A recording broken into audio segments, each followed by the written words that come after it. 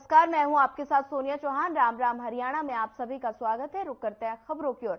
रेवाड़ी में भी 8वें अंतर्राष्ट्रीय गीता जयंती महोत्सव का आयोजन किया गया, जिस पर कोसली विधायक लक्ष्मण सिंह यादव का बयान सामने आया है। बता दें कि उन्होंने कहा कि आज देश और दुनिया को एक अच्छे आचरण की जरूरत है और अच्छा आचरण हमें गीता जैसे धार्मिक ग्रंथों से ही मिल सकता है।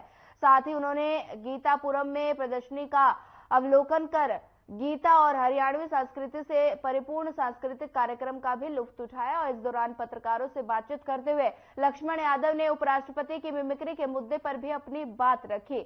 उन्होंने कहा कि यह संवैधानिक पदों की गरिमा का अपमान है। अंतर्राष्ट्रीय गीता जयंती महोत्सव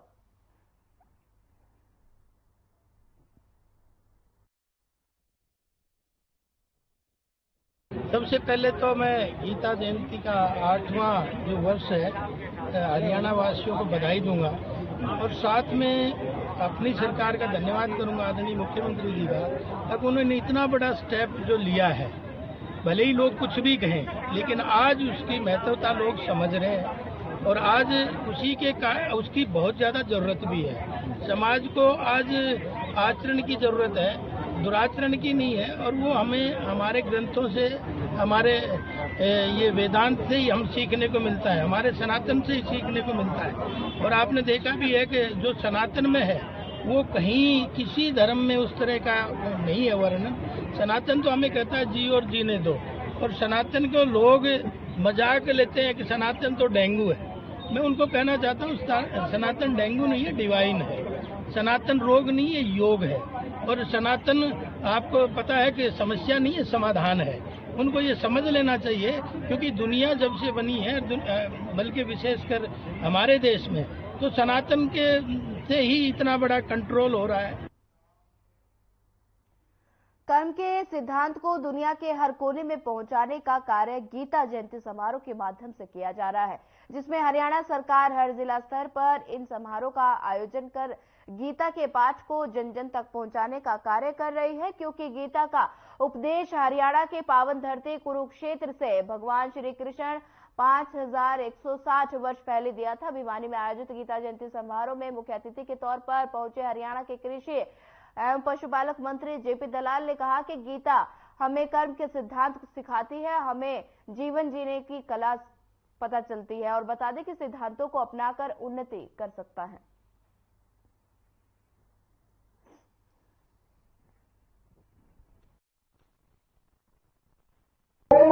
ये बहुत अच्छा प्रोग्राम है। युवा और बच्चों को नई नई शिक्षा मिलती है। ये हर साल मनाया जाता है, हम हर बार देखने जाते हैं इसको। और शौचालय लगी हुई है। कितना फायदा होता है? इससे काफी फायदा होता है जी। आज ये सरकार द्वारा गीता जयंती महोत्सव मनाया जा रहा है जिला भिवानी के अंदर किरोड़ीमल पार्क में। ये कार्यक्रम 2 दिन चलेगा, आज और कल। सरकार का बहुत ही अच्छा प्रयास है कि जो स्कूलों के बच्चे आए हुए हैं, कम से कम इन बच्चों को पता चले अभी गीता जयंती महोत्सव का महत्व क्या है। देखिए, गीता जयंती महोत्सव में सिखाता है कि अधर्म पर धर्म की विजय, और धर्म के लिए हमें कुछ भी कर देना चाहिए, पीछे नहीं हटना चाहिए। हमारे भिवानी जिले का सौभाग्य है कि आज 2 कार्यक्रम हुए हैं। हमारा स्थापना दिवस भी है जिले का। सारे भिवानी के निवासियों को मैं इसकी बधाई देता हूं। और हमारा प्रदेश में जो एक कार्यक्रम चल रहा है अंतर्राष्ट्रीय गीता दिवस के रूप में, कुरुक्षेत्र से सारे दुनिया के अंदर जो संदेश गया था, उसको अब दोबारा से हर साल हम भारतीय जनता पार्टी की सरकार पार्टी उसी की लाइन पर चलती हुई और उसी तरह से जिला स्तर पर भी जो कार्यक्रम करते हैं, हमारा भी यहाँ आज 2 दिवसीय कार्यक्रम है। तो इसमें हमारे जो आज की युवा पीढ़ी है वो भाग लेती है, उनको जानकारी मिलती है कि कैसे भगवान श्री कृष्ण ने किस तरह से धर्म का संदेश दिया था, कैसे जीवन जीना चाहिए। उसका अनुकरण जो बच्चे करेंगे और सब लोग करेंगे, तो हमारा देश जो एक दुनिया की महाशक्ति होता था उसी स्थान पर पहुंचेगा।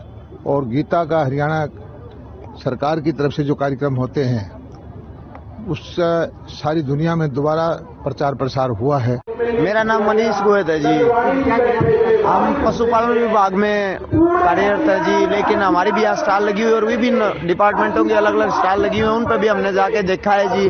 बहुत ही अच्छी सरकार की पहल है जी ये, कि संस्कृति के साथ साथ सरकार अपनी स्कीमों की भी जानकारी दे रही है और संस्कृति को तो बढ़ावा दे रही है। अपनी इतनी मजबूत संस्कृति, जो प्राचीन संस्कृति है उसके बारे में, गीता के बारे में यहाँ पर छोटे छोटे बच्चों में संस्कार भरे जाएंगे, तो इससे काफी मतलब जो छोटे बच्चों को फर्क पड़ेगा, संस्कार भरे जाएंगे। और कुरुक्षेत्र के बारे में खासकर बताया गया है कि भाई जहाँ पे कृष्ण जी ने उपदेश दिया गीता का, अगर हम गीता को पढ़ लें तो शायद किसी किताब को पढ़। उचाना में बेटियों के साथ हुए कथित यौन शोषण मामले पर डिप्टी सीएम दुष्यंत चौटाला का बयान सामने आया है। उन्होंने क्या कुछ कहा, आइए आपको सुनाते हैं। अलग अलग विषय जो आज की परिस्थितियों के अनुकूल और आगे भविष्य में जो हमारे चुनाव ड्यू हैं उनके ऊपर चर्चा हुई और बड़ा अच्छा इंटरेक्टिव सेशन रहा। मुझे लगता है सुबह से सारे प्रवक्ता आए हुए थे और उनने एक एक छोटे छोटे विषयों पर कैसे पार्टी का 4.5 साल का जो टेन्योर रहा है गवर्नमेंट में और 5 साल पार्टी की स्थापना को हुए और कैसे हमने जो हमारे एथिकल पॉइंट्स थे उनको अचीव किया है, कैसे जो छोटी छोटी बदलाव प्रदेश के अंदर हम लेकर आए, उन सब पे गंभीरता से चर्चा हुई और मुझे लगता है कि आने वाले समय में वो कार्यकर्ताओं तक बात पहुंचाने के लिए उसके अंदर कामयाबी रहेगी।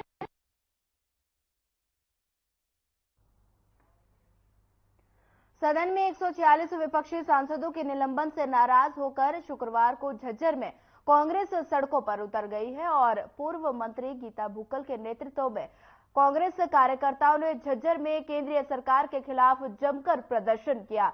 प्रदर्शन से पूर्व सभी कांग्रेसी कार्यकर्ता यहां अम्बेडकर चौक पर एकत्रित हुए और यहां से प्रदर्शन करते हुए राव तुलाराम चौक पर पहुंचे। प्रदर्शन के दौरान कांग्रेस कार्यकर्ताओं ने जमकर केंद्रीय सरकार के खिलाफ नारेबाजी की। वहीं पूर्व मंत्री गीता भुक्कल ने कहा कि सदन में जनता की आवाज बुलंद करने वाले विपक्षी सांसदों का पहली बार इतनी तादाद में निलंबन किया गया, जो कि एक तरह से लोकतंत्र की हत्या है। साथ ही उन्होंने कहा कि जिन सांसदों को निलंबित किया गया है वो सरकार से अपने सवालों का जवाब चाह रहे थे, लेकिन सदन में जवाब न देकर सरकार ने उन पर निलंबन की कार्रवाई की है, जो कि संवैधानिक तौर पर गलत है।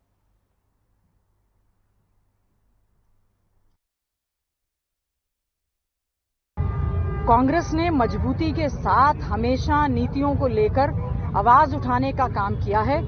किसी भी सांसद का निलंबन जैसे ही कोई वेल में जाए, आज मैं बहुत सारे सांसदों को, बीजेपी के एक महिला सांसद को सुन रही थी कि 13 बार मैं खड़ी हुई, मैं अपनी आवाज सुनाना चाहती हूँ, मैं बोलना चाहती हूँ। आप जो व्यक्ति इतना सेंसिबल पार्लियामेंटेरियन रहा है, जो केवल अपनी सीट पर खड़ा हुआ, आपने उसकी आवाज को दबाते हुए बहुत सारे नाम लिए गए, विभिन्न राजनीतिक दलों के ऐसे सांसद जिन्होंने आवाज उठाने का प्रयास किया।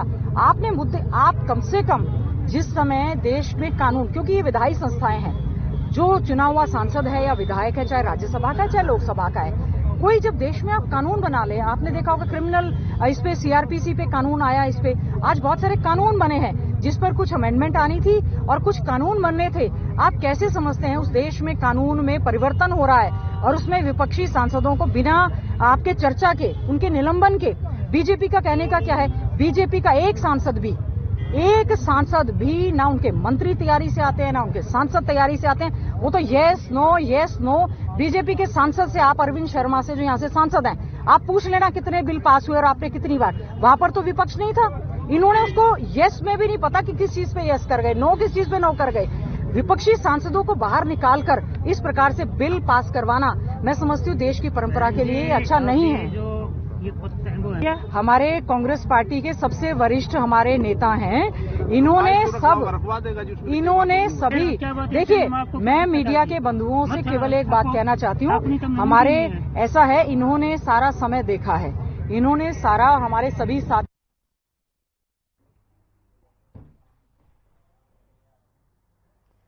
श्रम एवं रोजगार मंत्री अनूप धानक ने रात के समय बहादुरगढ़ की सड़कों पर होने वाली सफाई का जायजा लिया। मंत्री अनूप धानक की गाड़ियों का काफिला रात के समय सड़कों पर दौड़ता हुआ दिखाई दिया।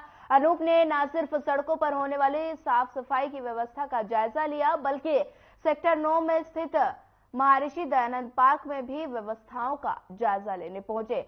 यहां उन्होंने नगर परिषद के अधिकारियों को पार्कों में लाइट की उचित व्यवस्था करने के आदेश भी दिए और रात के समय भारी संख्या में सफाई कर्मचारी देखकर यहां के स्थानीय निवासी भी काफी हैरान दिखाई दिए। वहीं कलेक्शन पॉइंटों पर भी रात के समय भी कूड़े का उठान हो रहा था।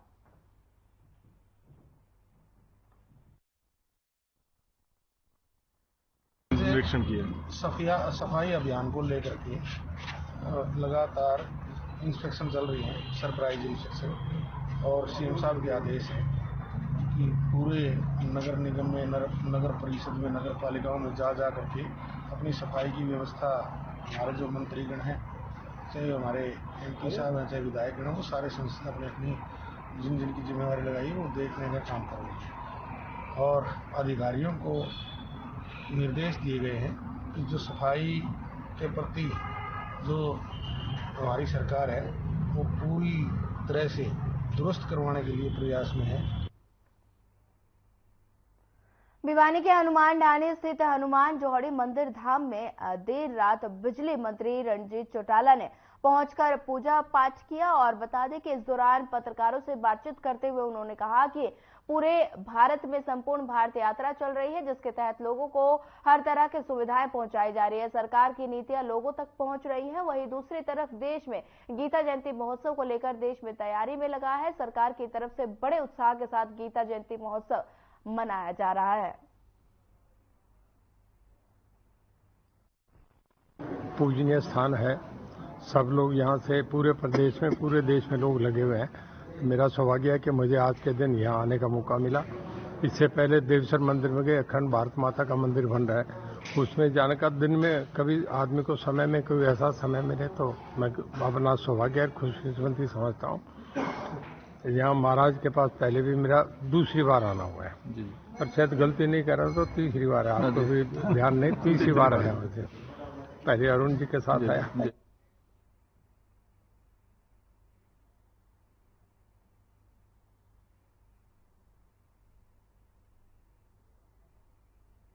फिलहाल वक्त तो चला एक छोटे से ब्रेक का। ब्रेक के बाद जल्द हाजिर होंगे।